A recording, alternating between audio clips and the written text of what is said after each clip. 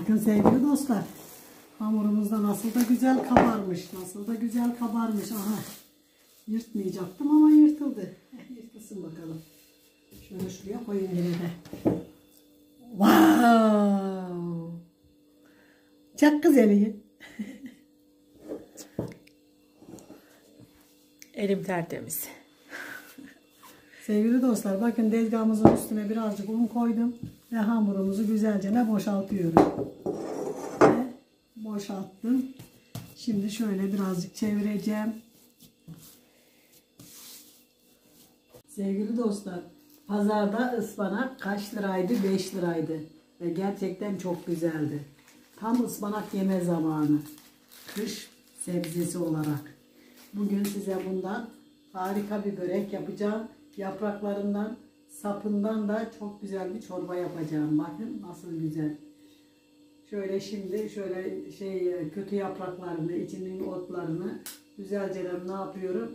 Ayıklıyorum. Temizleyince evet. Şimdi görüşürüz.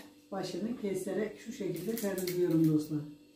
Ispanaklarımızın bakın şu başlarının kırmızı olması çok güzel. Ispanak seçerken şu kafalarının kırmızı olanları daha lezzetli. Bakın yaprakları daha gür. İşte böyle temizliyoruz. Bakın şöyle. İşlemimiz bitince görüşeceğiz. Evet. Sevgili dostlar, ıspanak dediğiniz miydi akla ne gelir? Börek gelir. Onun için şimdi yoğurma kabımızın içine bakın bir tane yumurtanın şöyle sarısını alıyorum. Beyazını koyuyorum. Ondan sonra bir bardak sütümüz var. Bir bardak sıcak suyumuz var. Bir çay bardağı yağımız var. Ve yeteri kadar tuzumuz var. Herkes hamuruna kendine göre atsın. Sevgili dostlar, şekerimizi ne kadar tuz attıysak bir fazlasını atacağız. Bir fazlası şekerimiz var. Yani 2 kaşık. Bir paket 10 gramlık mayamız var. Ve bunu güzelce karıştırıyoruz.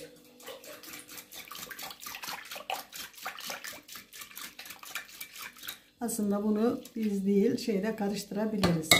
2 bardak suyumuz oldu. Şimdi güzelce bir karıştıralım.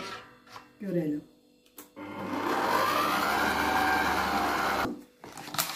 Bir bardak. Aldığı kadar un koyacağım dostlar. Malzemenin aldığı kadar. Hangi evet. Yumuşaklıkta olacak anne? Orta yumuşaklık. Orta. Evet. Ununu koyduktan sonra söylerim ben dostlarıma kaç bardak koyduğumu.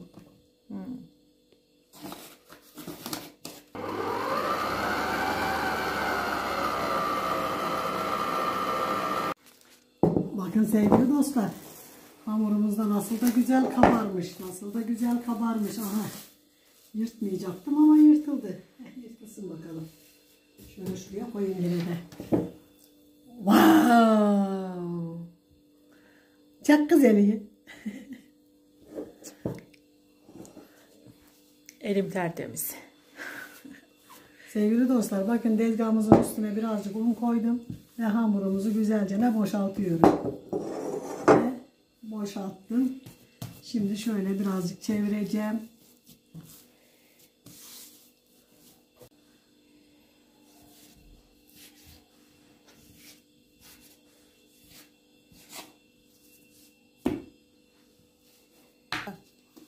İşte dostlar bakın. Bakın sevgili dostlar. Bunu şu baş yerine ayırıyorum. Ki bunu da çorba yapacağız dostlar. Kış gayrı kış. Yani ıspanağımızın tam mevsimi. Şu 4 milyona yakın izlenen bir çorbam var. O çorbadan mı yapsak bunlardan? Hayır. Aynı çorbayı 2 kere yapamam sevgili dostlarıma. Niye? Millet kanalında 1 yıl dolan, hatta 3 aya bir aynı yemeği yapıyor. Aynı keki yapıyor. Aynı böreği yapıyor. Yapamam. Aynı tarifi veriyorlar. Biz de yapalım. Hayır, çünkü çok lezzetliydi o çorba. Benim dostlarım o çorbayı istiyorlar, zarar bulur. benim kanalımdan bakarlar. Niye ben dostlarımı kandırayım? Kandırmak bana yakışıyor mu? Bir sürü yemek çeşidimiz varken. Senin kanalında 1000 tane video var ha. Olabilir. Bir rekor neredeyse. Benim videolarımı benim dostlarım inşallah izleyecekler. Ve kendilerine de tabii ki de benden daha güzel yapan dostlarım var.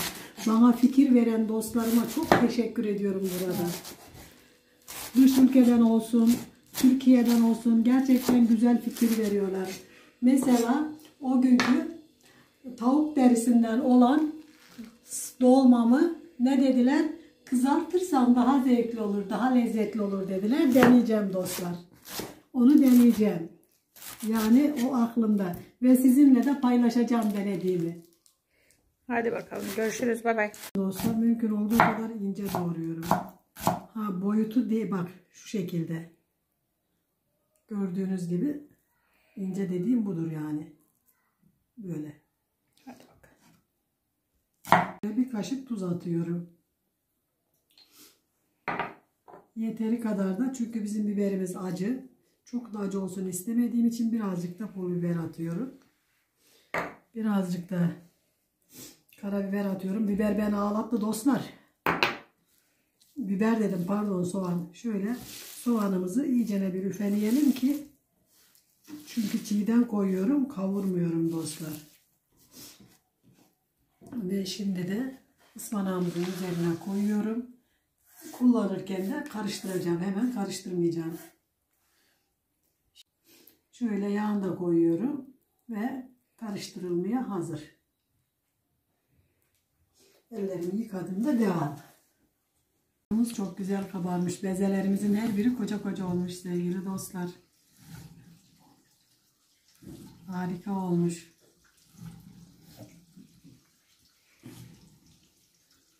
Şimdi ne yapıyoruz? Açmaya başlıyoruz.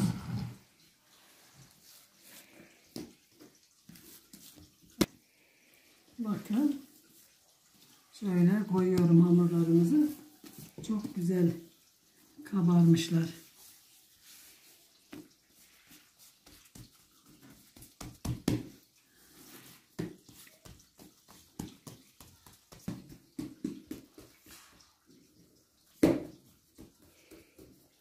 Oynama kız bezimle.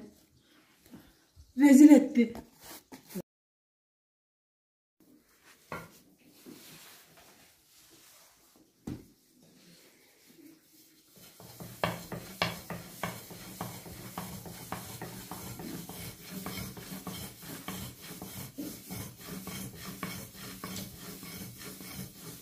Elinin altında kabarıyor hamur.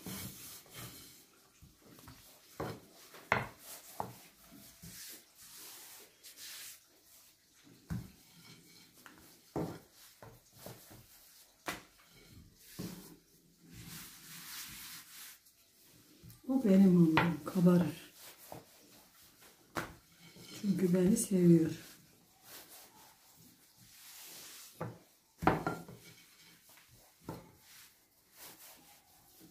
Sevgili dostlar bugün kocaman ekmek açmak modunda değilim. Grip olmuştum. Daha yeni gripten kalktım.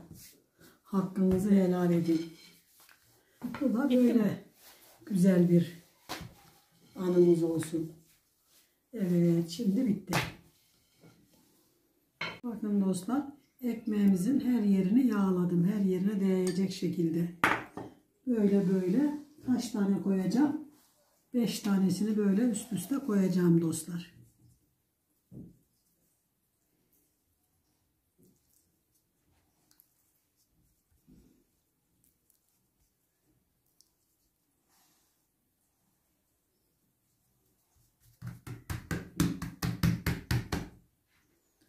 Şimdi tekrar yağlayacağım. Çok yağlı olacağını düşünmeyin. Çünkü börek çok kuru olursa da börek gibi olmuyor dostlar. Ne yapalım? Hepsini üst üste koyunca görüşürüz. Evet 5 taneyi üst üste koyacağım. Bakın dostlar şöyle çekiştirerek güzelce büyütmeye çalışıyorum. Ve şöyle biraz da oklavamızın yardımıyla oldu mu Hepsimizin büyüklüğünde de olmuştur yani. Çan sesine benzedi.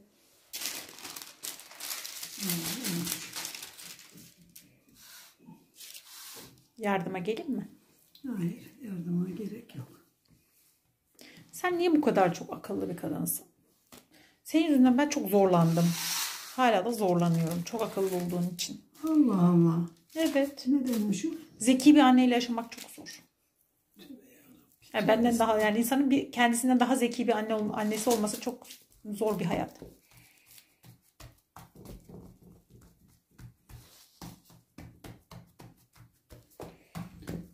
Şimdi şu içimizi getir bakalım. Hadi getireyim bakalım.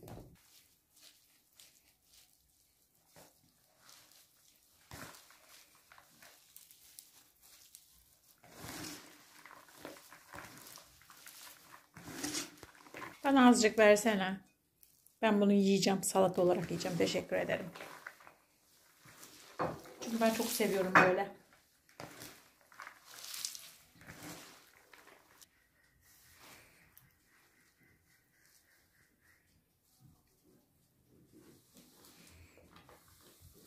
Dostlar bu şimdi piştiğinde azıcık kalıverecek. Ama bu kadar da yeter. Çok da fazla olmasın. İçimizi Yoğurtlayalım. Salata olarak yiyelim limonlayıp. Evet, biraz da artsın bakalım. Aynı kat kat yağlayıp üst üste koyacaksın değil mi anne? Evet. Gene aynısı olacak yani.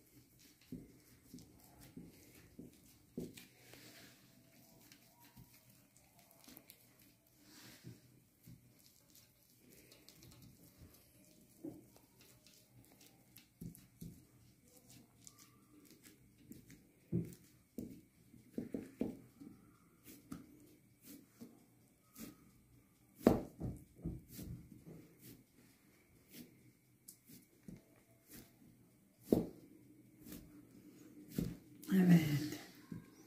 Çok güzel oldu dostlar. Şimdi sıra geldi bunu kesmeye.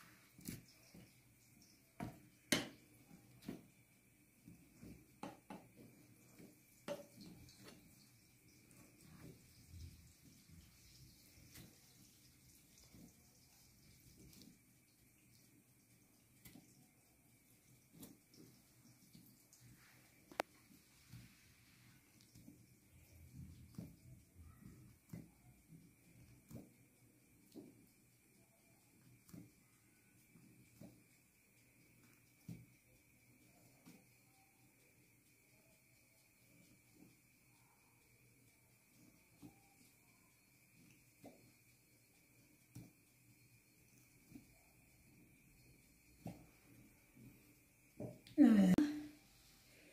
Güzel canım. Yağlamayacaksın mı bu? Ha, yağlayacağım. Yumurtamızı bir yağlayalım, kaldıralım kızım. Yumurtamızı içine dökelim. İçinde bir kaşık yağımızla güzelce karıştıralım.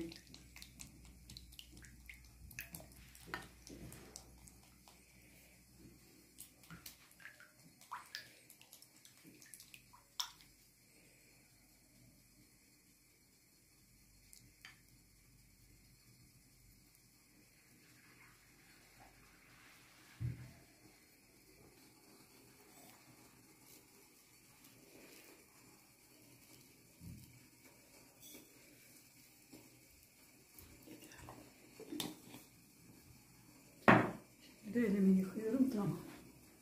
Mayalanmaya bırakıyoruz. Hoşça kalın. Sevgili dostlar, bakın böreğimiz çok harika oldu. Şimdi şöyle bir başta kesmediğim için bir keselim bakalım. Kırmızı bıçağı vereyim mi? Tırtırlı Evet, bence de bıçağını. iyi olur. Bu kesiyor Dilekçiğim. Bekle. Ben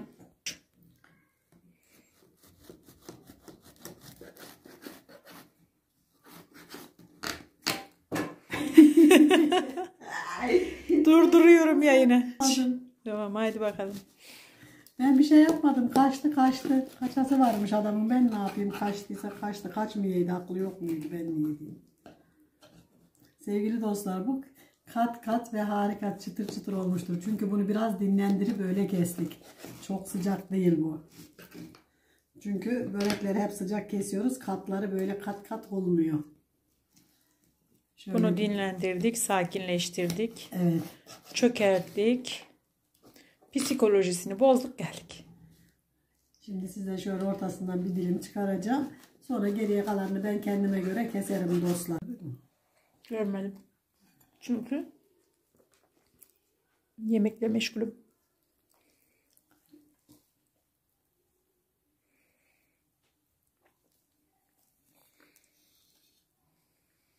Aynı o kadar bir yer varken.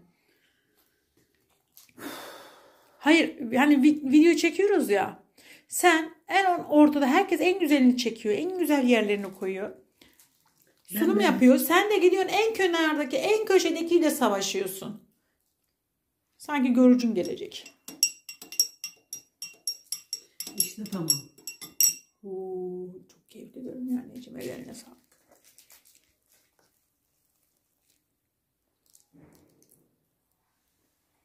Her yerde bulamazsınız bunları. Evet, gerçekten çok güzel gözüküyor.